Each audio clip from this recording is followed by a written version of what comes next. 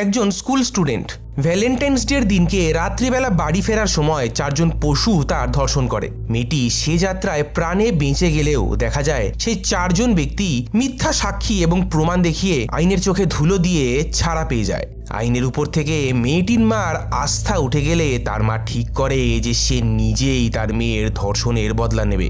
আর তারপর শুরু হয় তার মাস্টার প্ল্যান। আদৌ কি বদলা নিতে পারবে তার মা, নাকি শেষ পর্যন্ত তার সমস্ত প্ল্যান নষ্ট হয়ে যাবে? হ্যালো বন্ধুরা, গল্পটা নেওয়া হয়েছে 2017 সালে মুক্তি পাওয়া মম নামক মুভি থেকে। মুভির শুরুতে একটি ক্লাসরুমের দৃশ্য দেখানো হয়। এই টিচারের নাম দেবকী। দেবকী বায়োলজি সাবজেক্টের টিচার। সে ক্লাসে ছাত্রদেরকে পড়াতে শুরু করলে কিছুক্ষণ পরে দেখা যায় মোহিত নামক এই ছেলেটি আরিয়া নামক এই মেয়েটিকে হোয়াটসঅ্যাপে একটি অশ্লীল ভিডিও পাঠায়। আরিয়া সে ভিডিওটা দেখে তার বন্ধু স্বপ্নাকে সে ভিডিওটা দেখায়, আর স্বপ্না সেই ভিডিওটা দেখার সঙ্গে সঙ্গেই খুব বাজেভাবে রিয়্যাক্ট করে ওঠে। স্বপ্নার গলার আওয়াজটা দেবকীর কানে গেলে দেবকী স্বপ্নাকে এবং আরিয়াকে বলে, তোমরা কি ক্লাসে কথা বলতে এসেছো? এক্ষুনি ক্লাস থেকে বেরিয়ে যাও। স্বপ্না দেবকীকে আরিয়ার ফোনটা দেখিয়ে বলে, ম্যাডাম আমাদের কোনো দোষ নেই, মোহিত আরিয়াকে কি ভিডিও পাঠিয়েছে দেখুন। দেবকী আরিয়ার ফোনটা দেখে আরিয়াকে বলে, ক্লাসে তো ফোন আনা বারণ, সেটা তুমি জানো না? কথাটা বলতে বলতে দেবকী ভিডিওটা দেখে অস্বস্তিতে পড়ে যায়। দেখা যায় দেবকী মোহিতের কাছে গিয়ে মোহিতকে তার ফোনটা দেওয়ার জন্য বলে। মোহিতের ইচ্ছা না থাকা সত্ত্বেও এক প্রকার বাধ্য হয়ে মোহিত তার ফোনটা দেবকীকে দিয়ে দেয়। আর দেখা যায় ফোনটাকে নিয়ে দেবকী ক্লাসরুমের জানলা দিয়ে বাইরে ছুঁড়ে ফেলে দেয় এবং মোহিতকে বলে, কালকে তোমার বাবা মাকে আমার সাথে দেখা করতে বলবে। এরপরে মুভিতে রাতের বেলা দেবকীর বাড়ির ডিনারের একটি সিন দেখানো হয়। এই লোকটা হলো আনন্দ। আনন্দ দেবকীর হাজবেন্ড, আর এই বাচ্চা মেয়েটির নাম হলো প্রিয়া। প্রিয়া দেবকীর মেয়ে। আর এই মেয়েটি অর্থাৎ আরিয়া, যাকে আমরা কিছুক্ষণ আগে ক্লাসরুমে দেখেছিলাম, সে হলো আনন্দের মেয়ে। আনন্দের স্ত্রী অর্থাৎ আরিয়ার মা মারা যাওয়ার পরে আনন্দ দেবকীকে বিয়ে করে। দেখা যায় দেবকী আনন্দকে বলে, বাচ্চাদের তো স্কুল ছুটি পড়বে, একটা ভ্যাকেশন প্ল্যান করা যাক, চলো না কোনো একটা জায়গা থেকে ঘুরে আসি। দেখা যায় আরিয়া আনন্দকে একটা কটেজের ফটো দেখায় আর বলে, এই জায়গাটা কেমন বাবা? তারা সবাই মিলে ঠিক করে যে তারা ছুটিতে সেই জায়গাটাতেই ঘুরতে যাবে। আনন্দ বলে, আমার ইউএসএ তে একটা কনফারেন্স আছে, ওটা শেষ করে সামনের সপ্তাহে ফিরে আসলেই আমি সবকিছু বুক করে ফেলবো।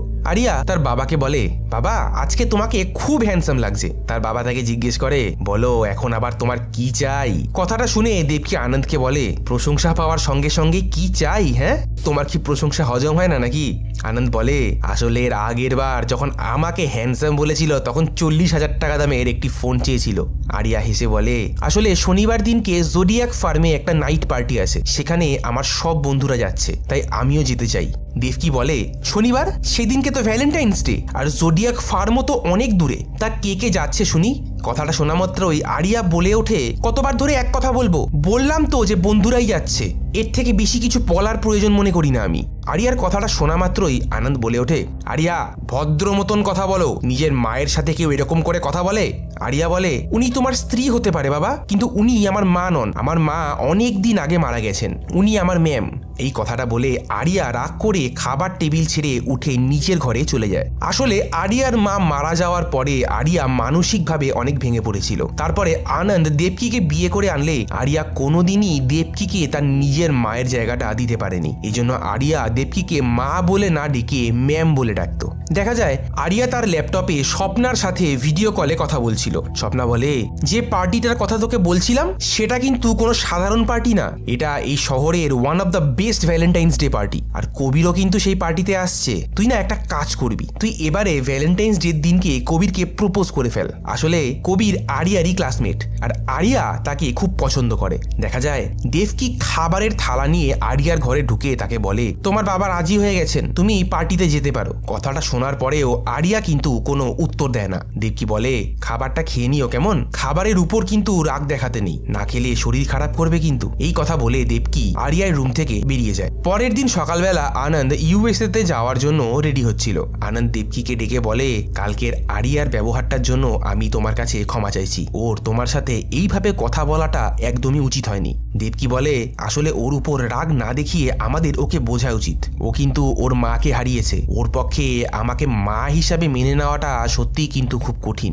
দেখা যায় আনন্দ এয়ারপোর্টের দিকে রওনা দেওয়ার জন্য গাড়িতে উঠতে গেলে সেই সময় আরিয়া তার কাছে এসে গতকাল রাতের ব্যবহারের জন্য ক্ষমা চায়। আরিয়া বলে আমি তোমাকে এবং ম্যামকে হার্ট করেছি, আমার এরকম করাটা একদম উচিত হয়নি। আনন্দ বলে তুমি দেবকীকে ম্যাম বলে কেন ডাকো, ও তো তোমার মা।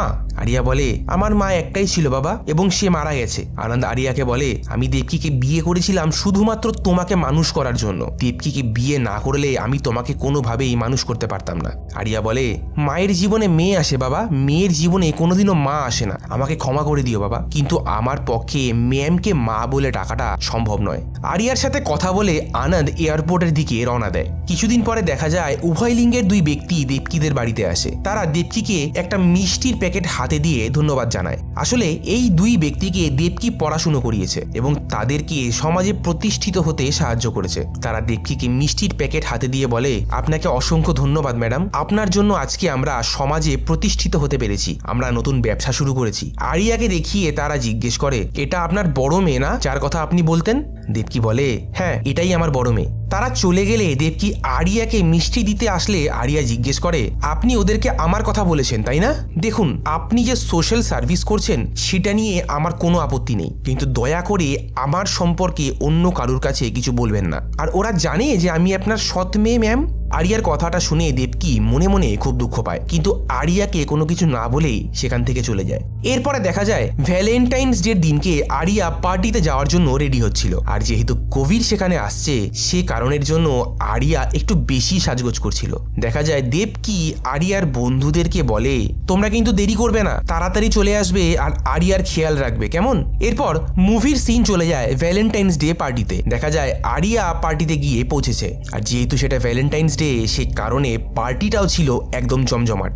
যদিও বা আরিয়া ড্রিঙ্ক করে না, কিন্তু সেদিনকে বন্ধুদের পাল্লায় পড়ে আরিয়া ড্রিঙ্ক করে ফেলে। পার্টিতে মোহিতকেও দেখতে পাওয়া যায়। মোহিত তার কাজিন চার্লসকে ডেকে বলে তোমাকে আরিয়া নামে একটা মেয়ের কথা বলেছিলাম মনে আছে? চার্লস মোহিতকে বলে কোন মেয়েটা বলতো, যার মা তোর ফোন ছুঁড়ে ফেলে দিয়েছিল?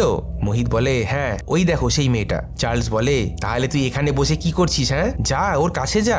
দেখা যায় আরিয়া তার বন্ধুদের সাথে ডান্স করছে, আর সেখানে মোহিত এসে আরিয়াকে ডান্স করার জন্য প্রপোজাল দিলে আরিয়া বারণ করে, কিন্তু দেখা যায় মোহিত ফোর্স করলে আরিয়া মোহিতকে ধাক্কা দিয়ে সেখান থেকে সরিয়ে দেয়। ঠিক সেই সময় জগন নামক এই ব্যক্তিকে সেখানে দেখা যায়। জগন আসলে চার্লসকে ড্রাগস সাপ্লাই করত এবং চার্লসের বিভিন্ন রকম অসামাজিক কার্যকলাপের সঙ্গী ছিল জগন। অন্যদিকে দেখা যায় মোহিত রাগে গজগজ করতে করতে সোফায় এসে বসে, আর চার্লসকে বলে বাবা এই মেয়ের তো ভীষণ অহংকার, একদম মুখের উপর আমাকে না বলে দিল। চার্লস মোহিতকে বলে wait and watch brother, wait and watch, দেখ আমি কি করি। সেই বলে চার্লস ড্রিঙ্কসের মধ্যে নেশার ওষুধ মিশিয়ে দেয়, আর সেই ড্রিঙ্কসটা আরিয়াকে নিয়ে গিয়ে অফার করে। আরিয়া যেহেতু চার্লসকে চেনে না সে কারণে আরিয়া সেটা রিজেক্ট করে দেয়, কিন্তু দেখা যায় আরিয়ার বন্ধু স্বপ্না সেটা খেয়ে নেয়। চার্লসও রেগে গিয়ে গজগজ করতে করতে সেখান থেকে চলে আসে, আর দেখা যায় মোহিত চার্লসের মজা উড়াতে শুরু করে আর বলতে থাকে wait and watch brother, wait and watch, এটাই বলেছিলে না, তা দেখলাম তো কি করলে। দেখা যায় জগন চার্লসকে ইশারা করে, আর চার্লস কিন্তু জগনের ইশারাটা বুঝতে পেরে যায়। অন্যদিকে দেখা যায় স্বপ্নার আরিয়ার হাতে একটা গোলাপ ফুল দিয়ে বলে এটাই সঠিক সময়, যা কবিরকে প্রপোজ করে আয়। কিন্তু দেখতে পাওয়া যায় আরিয়া যখন গোলাপ ফুল নিয়ে কবিরকে প্রপোজ করতে যায় তখন আরিয়া কবিরকে অন্য একটি মেয়ের সাথে দেখে পুরো ব্যাপারটা বুঝে গিয়ে সেখান থেকে চলে আসে। আরিয়া ফিরে এসে স্বপ্নাকে বলে আমার আর এখানে একদম ভালো লাগছে না, চল এখান থেকে চলে যাই। কিন্তু যেহেতু চার্লসের দেওয়া ড্রিঙ্কসটা স্বপ্না খেয়েছে সে কারণের জন্য স্বপ্নার তখন মাথা ঘোরাচ্ছে। স্বপ্না বলে আমার না শরীরটা খুব একটা ভালো লাগছে না, তুই বাইরে গিয়ে একটা গাড়ি বুক কর। দেখা যায় আরিয়া স্বপ্নাকে একটা সোফাতে বসিয়ে দিয়ে গাড়ি বুক করার জন্য বাইরে আসে। আরিয়া বাইরে আসলে দেখা যায় দেবকী আরিয়ার ফোনে ফোন করে জিজ্ঞেস করে তুমি এখন কোথায় আছো, কতক্ষণ লাগবে বাড়ি আসতে? আরিয়া দেবকীকে বলে আমি কিছুক্ষণের মধ্যেই বেরোচ্ছি, এই ধরো 40 থেকে 45 মিনিটের মধ্যে আমি বাড়ি পৌঁছে যাব।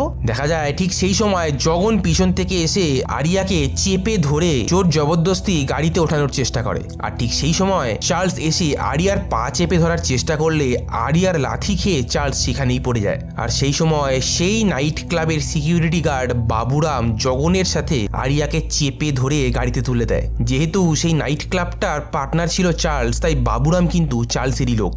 দেখা যায় মোহিত গাড়ির সামনের সিটে বসে চিৎকার করে আরিয়াকে বলতে থাকে, প্রতিটা সময় তোকে তোর মা বাঁচায় তাই না, এবার ডাক তোর মাকে, দেখি সে আসে কিনা। দেখা যায় চলন্ত গাড়ির মধ্যে তারা একে একে আরিয়াকে ধর্ষণ করে, আর ধর্ষণ করার পরে একটা নির্জন স্থানে গাড়ি দাঁড় করিয়ে ট্রেনের মধ্যে আরিয়াকে ফেলে রেখে দিয়ে চলে যায়। এদিকে দেবকি ভাবতে থাকে যে 2 ঘন্টা তো হয়ে গেল, আরিয়া তো এখনো বাড়ি ফিরল না। দেবকি আরিয়ার ফোনে ফোন করলে আরিয়ার ফোনটা সুইচ অফ বলে। দেবকির আরিয়ার জন্য খুব চিন্তা হতে থাকে। শেষমেশ কোনো উপায় না দেখে দেবকি তার ছোট মেয়ে প্রিয়াকে ঘরে রেখে দিয়ে সেই নাইট ক্লাবে যায়। সেইখানে মোহিত এবং তার কাজিন চার্লসকেও দেখতে পাওয়া যায়, অর্থাৎ তারা তখন সেখানে ফিরে এসেছে। দেবকি স্বপ্নাকে জিজ্ঞেস করে, আরিয়া কোথায়? স্বপ্না বলে, ওকে বেশ কিছুক্ষণ আগে আমি এখানে দেখেছিলাম, তারপর তো ওকে আর দেখতে পাইনি আমি। সেই পার্টির জায়গাতে আরিয়াকে খুঁজে না পেয়ে বাধ্য হয়ে দেবকি পুলিশ স্টেশনে যায়। পুলিশ স্টেশনে গিয়ে দেবকি পুলিশ অফিসারকে বলে, আমার মেয়ে বেশ কিছুক্ষণ ধরে নিখোঁজ, ওর ফোনটাও সুইচ অফ আসছে, ওকে খুঁজে বের করতে আমাকে সাহায্য করুন। সেখানে থাকা এক লেডি পুলিশ বলে, আপনি খামোখা চিন্তা করছেন, আজকে ভ্যালেন্টাইন্স ডে, দেখুন নিজের বয়ফ্রেন্ডের সাথে হয়তো কোথাও গেছে, এরকম কেস আমাদের কাছে প্রচুর আসে, আপনি নিশ্চিন্ত হয়ে বাড়ি চলে যান, দেখবেন কালকে সকালের মধ্যে আপনার মেয়ে ঠিক চলে আসবে। দেবকি এক প্রকার রেগে গিয়ে বলে, আমার মেয়ে ওরকম নয়, এখন থেকে 2 ঘন্টা আগে আমার মেয়ে আমাকে ফোন করে বলেছে যে সে 45 মিনিটের মধ্যে ঘরে ঢুকছে, তার মানে এসে সত্যি সত্যি 45 মিনিটের মধ্যেই ঘরে ঢুকবে, কিন্তু 2 ঘন্টারও বেশি সময় হয়ে গেছে আমার মেয়ে ঘরে আসেনি, তার মানে আমার মেয়ের বড় সড়ো কোনো বিপদ হয়েছে, দয়া করে আমাকে সান্ত্বনা না দিয়ে আপনারা আমার মেয়েকে খুঁজে বার করার চেষ্টা করুন। দেখা যায় কিছুটা দূরে এক ভদ্রলোক একটা চেয়ারে বসে চা খেতে খেতে দেবকির কথাগুলো শুনছিল। দেবকি পুলিশ অফিসারের কাছে সমস্ত ডিটেলস জমা করে সেখান থেকে বেরিয়ে আসে। ঠিক সেই সময় দেখা যায় পুলিশ স্টেশনের চেয়ারে বসে থাকা সেই ভদ্রলোকটি দেবকির সামনে এসে বলে, নমস্কার ম্যাডাম, আমার নাম দয়াশঙ্কর, আমি একজন প্রাইভেট ডিটেকটিভ, আমি আপনার কেসটা পুরোটা পুলিশ স্টেশনে বসে বসে শুনছিলাম। আসলে কি বলুন তো, প্রতিটা দিনই এরকম ধরনের কেস পুলিশের কাছে জমা পড়ে, তো সে কারণের জন্য পুলিশ এই কেসগুলোকে খুব একটা পাত্তা দেয় না। তা যদি কোনো সাহায্যের দরকার হয় আপনি দয়া করে আমাকে ফোন করবেন, এই নিন আমার কার্ড। দেবকি কোনো রকমে কার্ডটা নিয়ে সেখান থেকে চলে আসে। মুভির সিন চলে যায় পরের দিন সকালে। দেখা যায় একটি লোক তার কুকুরকে নিয়ে মর্নিং ওয়াক করতে এসে একটা ড্রেনের মধ্যে আরিয়ার বডিটাকে খুঁজে পায় এবং তাকে হসপিটালে ভর্তি করে। খবর পেয়ে দেবকি হসপিটালে ছুটতে ছুটতে পৌঁছায় এবং সেখানে পৌঁছে আরিয়ার এই দুর্দশা দেখে দেবকি কান্নায় ভেঙে পড়ে। সে বুঝতে পারছিল না যে কিভাবে আরিয়ার এইরকম অবস্থা হলো। আরিয়ার ডাক্তার দেবকিকে ঘরের বাইরে ডেকে নিয়ে এসে বলে, আরিয়ার শরীরে অনেকগুলো ইন্টারনাল ইনজুরি আছে এবং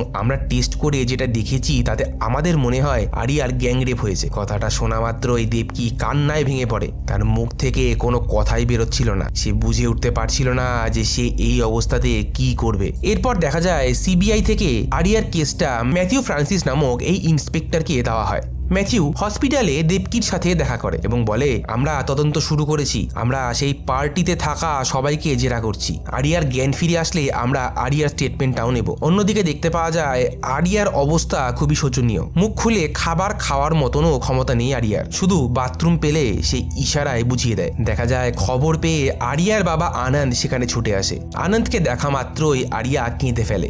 আনন্দ আরিয়াকে অনেক বুঝিয়ে শান্ত করার চেষ্টা করে। দেখা যায় দেবকি এবং আনন্দ দুজনে মিলে আরিয়াকে জিজ্ঞেস করে, তোমার সাথে এগুলো কে করেছে, তুমি শুধু নাম বলো, তুমি যদি মুখ না খোলো তাহলে তো সেই শয়তানগুলোর শাস্তিই হবে না। আরিয়া বলে, ওরা যখন আমার রেপ করছিল জানো ওরা তখন চিৎকার করে কি বলছিল আমাকে, ওরা বলছিল, ডাক তোর মাকে ডাক, দেখি তোর মা তোকে বাঁচাতে আসে কিনা। কথাটা শোনা মাত্রই দেবকি খুব কষ্ট পায়। আরিয়া অপরাধীদের নাম বলে দিলে দেখা যায় ইন্সপেক্টর ফ্রান্সিস প্রথমে মোহিতকে, তারপর ক্লাব থেকে চার্লসকে এবং সর্বশেষে বাড়ি থেকে বাবুরামকে অ্যারেস্ট করে। বাবুরামকে পুলিশ স্টেশনে নিয়ে এসে জেরা করলে বাবুরাম জগনের কথাটাও বলে দেয়। তখন পুলিশ জগনকেও তার বাড়ি থেকে অ্যারেস্ট করে নেয়। দেখা যায় এই খবরগুলো নিউজ চ্যানেলে দেখানো শুরু করে। অন্যদিকে দেখা যায় বাড়িতে বসে প্রাইভেট ডিটেকটিভ দয়াশঙ্কর টিভিতে আরিয়ার খবরগুলো দেখছিল।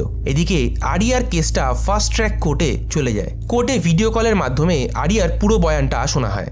আরিয়ার শরীর থেকে স্যাম্পেল নিয়ে সেটাকে ল্যাবে টেস্ট করার জন্য পাঠানো হয়। অন্যদিকে দেখা যায় আরিয়ার ডাক্তার কোর্টে এসে বলে যে আরিয়া এখন সম্পূর্ণ সুস্থ, অর্থাৎ তার দেওয়া বয়ান কোর্ট এখন গ্রহণ করতে পারে। এদিকে মোহিতদের উকিল কোর্টে আরিয়ার ব্লাড রিপোর্টটা পেশ করে এবং বলে আরিয়া সেই রাত্রিরে নেশাগ্রস্ত অবস্থায় ছিল, তাই আইন অনুসারে তার কোনো স্টেটমেন্ট সঠিক বলে কোর্টে গ্রহণ করা যেতে পারে না। দেখা যায় মোহিতদের উকিল ওই পার্টিতে উপস্থিত থাকা বেশ কিছু লোককে মিথ্যা সাক্ষী দেওয়ার জন্য জন্য কোর্টে পেশ করে। তারা কাঠগড়ায় দাঁড়িয়ে বলে যে মোহিতরা সারা রাত তাদের সাথেই সেখানে ছিল, তারা অন্য কোথাও যায়নি। আবার মোহিত এবং চার্লস তার ফোনটা সেই ক্লাবে রেখে যাওয়াতে তাদের ফোন লোকেশন সারা রাত্রি সেই ক্লাবেই দেখায়। অন্যদিকে সিসিটিভি ক্যামেরাতে চার্লসের গাড়িটাকে রাস্তা দিয়ে যেতে দেখা যায়। পুলিশ কিন্তু সেই গাড়িটাকে ফরেন্সিকে পাঠালেও সে গাড়ি থেকে কোনো প্রমাণ তারা জোগাড় করতে পারেনি। তার কারণ পরের দিনই চার্লসরা সেই গাড়িটাকে ধুয়ে পরিষ্কার করে ফেলেছিল।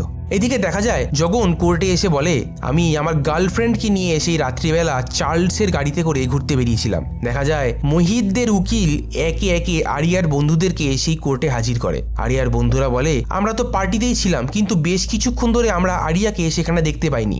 মোহিতদের উকিল দেবকীকেও কাঠগড়ায় দাঁড় করিয়ে জিজ্ঞেস করে, আপনি যখন সে ক্লাবে গিয়েছিলেন তখন আপনি মোহিতদেরকে দেখতে পাননি? দেবকী বলে, হ্যাঁ আমি মোহিতদেরকে দেখতে পেয়েছিলাম, কিন্তু আমি পৌঁছেছিলাম 2 ঘন্টা পরে, আর আমার মনে হয় ওই জঘন্য কাজটা করার জন্য 2 ঘন্টা সময় যথেষ্ট। অন্যদিকে দেখা যায় আরিয়া শারীরিক দিক থেকে বেশ কিছুটা সুস্থ হয়ে আসলে তাকে হসপিটাল থেকে বাড়িতে পাঠিয়ে দেওয়া হয়। এরকম করে কোর্টের বেশ কিছু হিয়ারিং হওয়ার পরে একদিন কোর্টে মোহিতদের উকিল একটা রিপোর্ট পেশ করে। সেই রিপোর্টে পরিষ্কার লেখা আছে যে আরিয়ার শরীর থেকে নেওয়া স্যাম্পেল মোহিতদের শরীরের স্যাম্পেলের সাথে ম্যাচ করছে না। অর্থাৎ এই রিপোর্ট থেকে এটা প্রমাণিত হয় যে মোহিতরা আরিয়ার ধর্ষণ করেনি। আসলে আরিয়ার বডি থেকে 72 ঘন্টা পরে স্যাম্পেল সংগ্রহ করা হয়েছিল, আর 72 ঘন্টা পরে মানুষের শরীরে সিমেন্ট নষ্ট হয়ে যায়, আর তার ফলে ডিএনএ ম্যাচে রিপোর্ট নেগেটিভ আসে। দেখা যায় ডিএনএ রিপোর্টের ভিত্তিতে কোর্টে মোহিতরা নির্দোষ প্রমাণিত হয়। কিন্তু আরিয়ার বাবা আনন্দ সেখানে উপস্থিত থাকায় কোর্টের এই বিচারটাকে একদম মেনে নিতে পারছিল না সে, আর সে কারণের জন্য সে উঠে গিয়ে জগনকে এক ঘুষি মারে। দেখা যায় কোর্ট রুমের মধ্যে এরকম আচরণ করার জন্য কন্টেম্পট অফ কোর্টের চার্জে আনন্দকে পুলিশ অ্যারেস্ট করে নেয়। অন্যদিকে দেখা যায় কোর্টের বাইরে ডিটেকটিভ দয়াশঙ্কর দাঁড়িয়ে সবটা লক্ষ্য করছিল। ইন্সপেক্টর ম্যাথিউ দেবকীর সামনে এসে বলে, সরি ম্যাডাম, আমি কিছু করতে পারলাম না। দেবকী ফ্রান্সিসকে বলে, আপনি আর কি করবেন, এদেশে ধর্ষণ করলে তার কোনো শাস্তি নেই, কিন্তু যে ধর্ষণ করেছে তাকে যদি একটা চড়ও মারা হয় তাহলে সেটা এক বিশাল বড় অপরাধ হয়ে যায়। এটা বলে দেবকী সেখান থেকে চলে আসে। দেবকী আনন্দকে পুলিশ স্টেশন থেকে ছাড়িয়ে নিয়ে বাড়ি ফিরলে এসে দেখতে পায় যে আরিয়া টিভিতে মোহিতদের বেকসুর খালাসের খবরটা দেখে নিজেকে ঘরে বন্ধ করে নিয়েছে। অনেক ডাকাডাকি করার পরেও আরিয়ার দরজা না খুললে বাধ্য হয়ে আনন্দ ঘরের দরজাটাকে ভেঙে দিয়ে ভিতরে ঢুকে আসে। দেখা যায় আরিয়া একটা ছুরি হাতে মাটিতে বসে আছে, আর দেবকীকে দেখার সাথে সাথেই সে চিৎকার করে ওঠে। মূলত আরিয়া ভাবছে যে মোহিতরা দেবকীর উপরে রাগ দেখানোর জন্যই আরিয়াকে ধর্ষণ করেছে। দেবকী আরিয়ার মনের অবস্থাটাকে বুঝতে পেরে সেখান থেকে চলে আসে। দেখা যায় দেবকী ঘরের এক কোণে গিয়ে একা একাই কাঁদতে থাকে। কিছুক্ষণ পরে আনন্দ দেবকীকে গিয়ে বলে, এরকম করে হেরে গেলে চলবে না, আমাদেরকে লড়তে হবে, আমরা হাইকোর্টে গিয়ে অ্যাপিল করব। দেবকী আনন্দকে বলে, আমরা তো সেদিনকেই হেরে গেছিলাম যেদিনকে আমার মেয়েকে জানোয়ারগুলো ধর্ষণ করেছিল, আর আজ দেখো তারা বেকসুর খালাস হয়ে ঘুরে বেড়াচ্ছে। তোমার যা ইচ্ছা তুমি করো, আমার তো আইনের থেকে ভরসা উঠে গেছে। পরের দিন আনন্দ আরিয়ার কাছে গিয়ে বলে, তুমি কোথায় একটা ঘুরতে যাওয়ার প্ল্যান করছিলে না, চলো আমরা সবাই মিলে সেখান থেকে ঘুরে আসি। আরিয়া মাথা নেড়ে কাঁদতে কাঁদতে বলে, না বাবা, আমার আর ইচ্ছে নেই। আনন্দ আরিয়াকে বলে, ঠিক আছে, তোমার যখন ইচ্ছা হবে তুমি আমাকে জানাবে।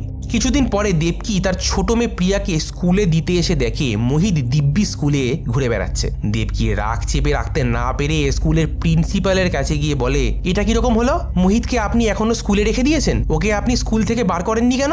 স্কুলের প্রিন্সিপাল দেবকীকে বলে, ওকে কি কারণ দেখিয়ে বার করবো বলুন তো, ওকে তো কোর্ট থেকে নির্দোষ বলে ছেড়ে দিয়েছে, এখন যদি ওকে আমি বের করে দেই তাহলে ওর বাবা মা স্কুলের বিরুদ্ধে কোর্টে গিয়ে মামলা করবে না, তখন কি হবে ভেবে দেখেছেন? দেখা যায় প্রিন্সিপালের রুম থেকে দেবকী রাগ করে বেরিয়ে আসলে সে দেখতে পায় একজন স্টুডেন্ট দেবকীকে গুড মর্নিং ম্যাডাম বলে চলে যাচ্ছে। পিছনে তাকিয়ে দেবকী দেখে যে স্টুডেন্টটা আর কেউ না, স্টুডেন্টটা হলো মোহিত।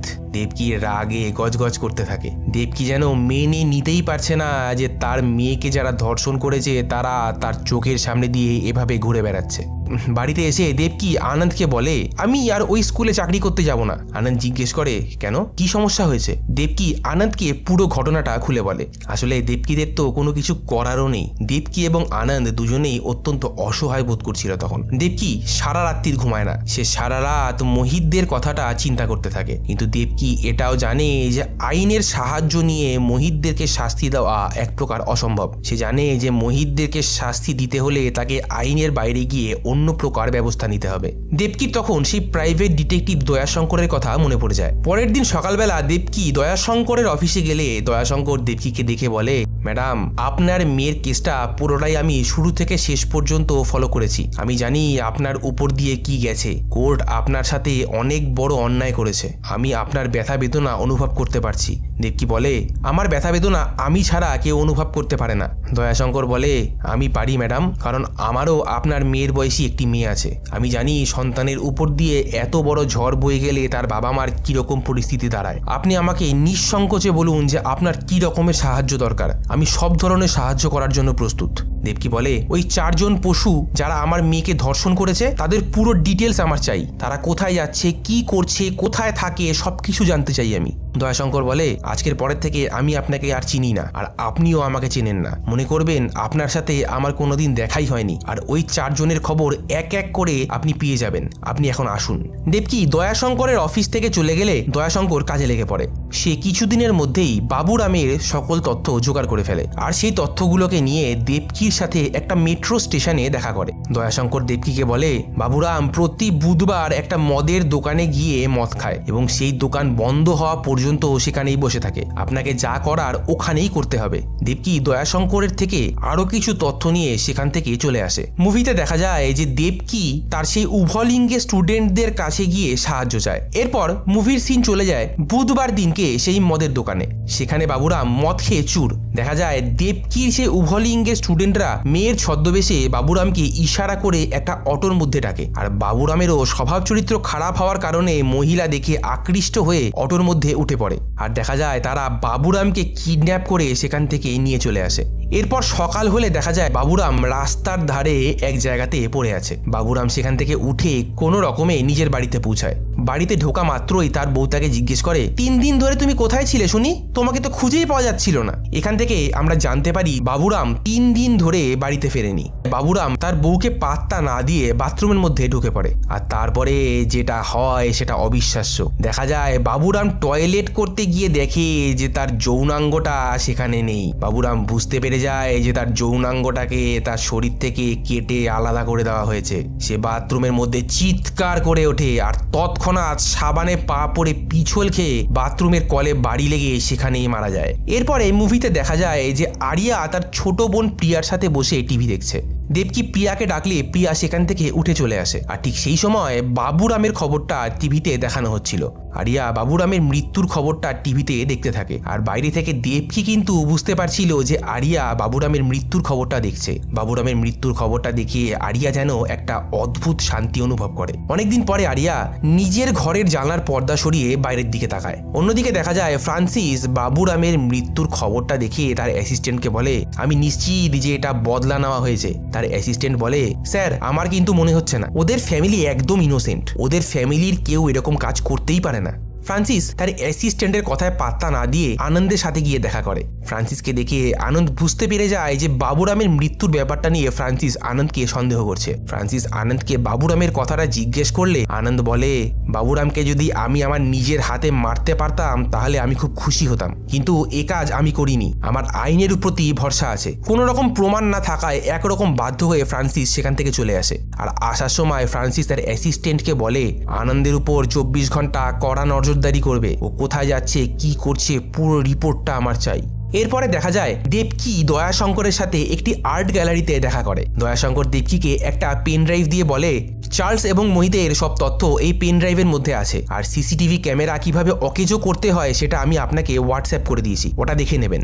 বাড়ি ফিরে এসে দেবকী সেই পেন ড্রাইভটাকে ল্যাপটপে কানেক্ট করে। ল্যাপটপে দেখা যায় দয়াশঙ্করের তথ্য অনুযায়ী চার্লসের বাবা মা নেই। চার্লস তার বাড়িতে একাই থাকে। চার্লস একটি নাইট ক্লাবের মেম্বার এবং প্রতি শনিবার রাতে চার্লস সেই নাইট ক্লাবেই থাকে, আর পরের দিন সকালবেলা বাড়ি ফেরে। অর্থাৎ শনিবার চার্লসের বাড়ি পুরো ফাঁকা থাকে। আর মোহিতের বাবা মা দুজনেই পাইলট এবং সেই কারণে তার বাবা মাও বাড়িতে থাকে না, আর তার জন্যই মোহিত তার বেশিরভাগ সময়টাই চার্লসের বাড়িতে কাটায়। দুজনের বাড়ির চাবি দুজনের কাছে আছে। দয়াশঙ্কর এটাও বলে যে চার্লস নিজের শরীর স্বাস্থ্য নিয়ে অনেক সচেতন। সে রোজ দিন সকালবেলা জিম করে এবং মাসেল বাড়ানোর জন্য বিভিন্ন ধরনের প্রোটিন শেক এবং সাপ্লিমেন্ট সে খায়। ল্যাপটপে কাজ করতে করতে দেবকী আপেল খাচ্ছিল, আর সেই সময় তার মুখে একটা আপেলের বীজ আসলে তার মাথায় হঠাৎ একটা প্ল্যান আসে। দেবকী সময় নষ্ট না করে পরের দিনই বাজার থেকে বেশ কিছু আপেল কিনে নিয়ে আসে এবং দেখা যায় দেবকী সে আপেলগুলোকে কেটে আপেলের বীজগুলোকে আলাদা করতে শুরু করে। এরপর শনিবার রাত আসলে দেবকী গাড়ি নিয়ে চার্লসের বাড়ির উদ্দেশ্যে রওনা দেয়। অন্যদিকে দেখা যায় দেবকীদের ঘরের বাইরে ম্যাথিউর অ্যাসিস্ট্যান্ট গাড়ি নিয়ে দাঁড়িয়ে আনন্দের উপর নজরদারি করছে, কিন্তু দেবকীকে নিয়ে তার কোনো সমস্যা নেই। আর সেই কারণের জন্য দেবকী ঘরের থেকে বেরোলে সে ম্যাথিউকে সেই খবরটা জানায় না। দেখা যায় দেবকী একজন চাবি তৈরি করার লোককে তার সঙ্গে নিয়ে চার্লসের বাড়িতে পৌঁছায়। দেবকী এমন অভিনয় করে যে বাড়িটা যেন তার নিজের এবং সে ভুল করে চাবিটাকে ঘরের মধ্যে ফেলে রেখে দিয়ে বাইরে বেরিয়ে এসেছে। চাবি তৈরি করার লোকটা খুব সহজেই দরজার লকটা খুলে দেয়। দেবকী এমন করে ঘরের মধ্যে প্রবেশ করে যাতে কোনো ফিঙ্গারপ্রিন্ট যেন ঘরের কোথাও না পড়ে। দেখা যায় দেবকী আপেলের বীজ গুঁড়ো করা পাউডার চার্লসের প্রোটিন শেকের মধ্যে মিশিয়ে দেয় এবং চার্লসের ঘরের থেকে মোহিতের ঘরের চাবিটা নিয়ে নেয়। দেখা যায় পরের দিন সকালবেলা চার্লস সেই প্রোটিন পাউডারটাকে খেলে সে তৎক্ষণাৎ সেখানেই খুব অসুস্থ হয়ে পড়ে। চার্লসের বাড়ির কাজের লোক চার্লসের এই অবস্থা দেখে তাকে হসপিটালে ভর্তি করে এবং মোহিতকে ফোন করে চার্লসের খবরটা জানায়। মোহিত সাথে সাথে হসপিটালে রওনা দেয়। আর মোহিত নিজের ঘরের থেকে বেরিয়ে গেলে দেখা যায় মোহিতের বিল্ডিং এর সামনে দেবকী হাতে আপেলের একটি প্যাকেট নিয়ে দাঁড়িয়ে আছে। যেহেতু দেবকী চার্লসের বাড়ি থেকে মোহিতের ঘরের চাবিটা নিয়ে এসেছিল, সে কারণের জন্য মোহিতের ঘরে ঢুকতে কিন্তু দেবকীর একদম অসুবিধা হয় না। অন্যদিকে দেখা যায় মোহিত হসপিটালে পৌঁছেছে আর সেখানে ইন্সপেক্টর ম্যাথিউকেও আমরা দেখতে পাই। হসপিটালে ডাক্তারদের থেকে জানা যায় যে চার্লসের প্রোটিন পাউডারের মধ্যে আপেলের বীজের গুঁড়ো মিশিয়ে দেওয়ার কারণে চার্লসের এই অবস্থা।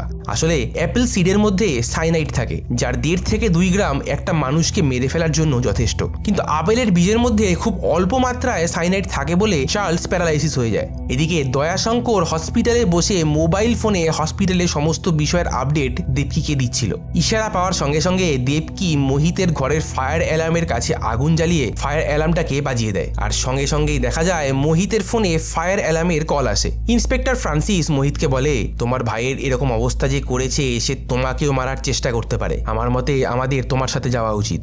দেখা যায় ফ্রান্সিস মোহিতকে নিয়ে তাদের অ্যাপার্টমেন্টে আসে। সেখানে ফায়ার সার্ভিসের লোকেরা জানায় যে কোথাও কোনো আগুন ধরেনি, হয়তো কোনো ফলস অ্যালার্ম বেজেছে। ফ্রান্সিস কথাটা শুনে মোহিতকে বলে, যেহেতু তোমার ঘরে অ্যালার্ম বেজেছে আমার মতে আমাদের তোমার ঘরটা একবার গিয়ে দেখা উচিত। তারা মোহিতের সাথে মোহিতের ঘরের মধ্যে ঢোকে এবং অ্যালার্ম বাজার কারণটা বের করার জন্য ফ্রান্সিসরা মোহিতের ঘরে তল্লাশি চালানো শুরু করে। আর দেখা যায় সেখানে ঠিক সেটাই ঘটে যেটা মোহিত কোনোদিনও স্বপ্নেও ভাবতে পারেনি। মুভিতে দেখানো হয় যে বেশ কিছু পরিমাণ আপেল মোহিতের ঘরের থেকে ফ্রান্সিসরা উদ্ধার করে। আর এটাও দেখতে পাওয়া যায় যে সে আপেলগুলো থেকে আপেলের বীজগুলোকে আলাদা করা হয়েছে, অর্থাৎ আপেলের বীজ থেকে যে সায়ানাইড তৈরি করে চার্লসকে খাওয়ানো হয়েছিল সেটা মোহিতের ঘরেই বানানো হয়েছে। আর ফ্রান্সিসরাও ধরে নেয় যে এই কাজটা আর অন্য কেউ না, মোহিত নিজেই করেছে। এদিকে মুভিতে ফ্ল্যাশব্যাকে দেখানো হয় যে দেবকী হাতে গ্লাভস পরে মোহিতের ঘরে ঢুকে আপেলগুলোকে কেটে এমন করে জায়গাটাকে তৈরি করে রেখে দিয়ে যায় যাতে পুলিশ এসে দেখলে মোহিতকেই সন্দেহ করে। ফ্রান্সিসদের সন্দেহ আরো বেড়ে যায় যখন ফ্রান্সিসরা দেখতে পায় যে মোহিতের কম্পিউটারে আপেলের বীজ থেকে কিভাবে পটাশিয়াম সায়ানাইড বিষ তৈরি করা হয় সেই বিষয়টা ইন্টারনেটে সার্চ করা হয়েছে। অর্থাৎ ইন্টারনেট থেকে মোহিত সায়ানাইড তৈরি করার পুরো বিষয়টাকে স্টাডি করে সায়ানাইড বিষ তৈরি করেছে। মুভিতে ফ্ল্যাশব্যাকে এটাও দেখানো হয় যে দেবকী মোহিতের ল্যাপটপে আপেলের বীজ থেকে কিভাবে সায়ানাইড তৈরি করা হয় সেটা সার্চ করে পুলিশের জন্য মোহিতের বিরুদ্ধে প্রমাণ তৈরি করে রেখে দিয়ে যায়। ফ্রান্সিসের হঠাৎ করে ল্যাপটপের পাশে পড়ে থাকা একটা চশমার দিকে চোখ যায়। চশমাটাকে দেখে কিন্তু ফ্রান্সিস বুঝতে পেরে যায় যে চশমাটা আসলে কার, আর সে এটাও বুঝে যায় যে এখানে আসলে কি ঘটেছে। ইন্সপেক্টর কাউকে কিছু না বলে চশমাটাকে নিজের পকেটে নিয়ে নেয় এবং মোহিতকে অ্যারেস্ট করে সেখান থেকে নিয়ে চলে আসে। এরপর মুভিতে পরের দিনের একটা সিন দেখানো হয়। দেখা যায় দেবকী হসপিটালে চার্লসের সাথে দেখা করতে গেছে। দেবকী চার্লসের ডাক্তারদেরকে বলে যে চার্লস তার পুরনো এক স্টুডেন্ট। চার্লসের সামনে দেবকী কিছু আপেল রেখে দিয়ে বলে, তোর প্রোটিন পাউডারে সায়ানাইড কিন্তু আমি মিশিয়েছিলাম। আমার মেয়ে যেরকম ওই রাতের কথাটা কোনোদিনও ভুলতে পারেনি, ঠিক সেরকম তুইও তোর এই অবস্থার কথা কোনো দিন ভুলতে পারবি না। আমার মেয়েকে ধর্ষণ করার সময় কি যেন জানি বলেছিলিস? তোর মাকে ডাক, তাই না? দেখ ওর মা এসে গেছে। এটা শোনার পরে চার্লস উত্তেজিত হয়ে উঠলে দেবকি সেখান থেকে চলে আসে।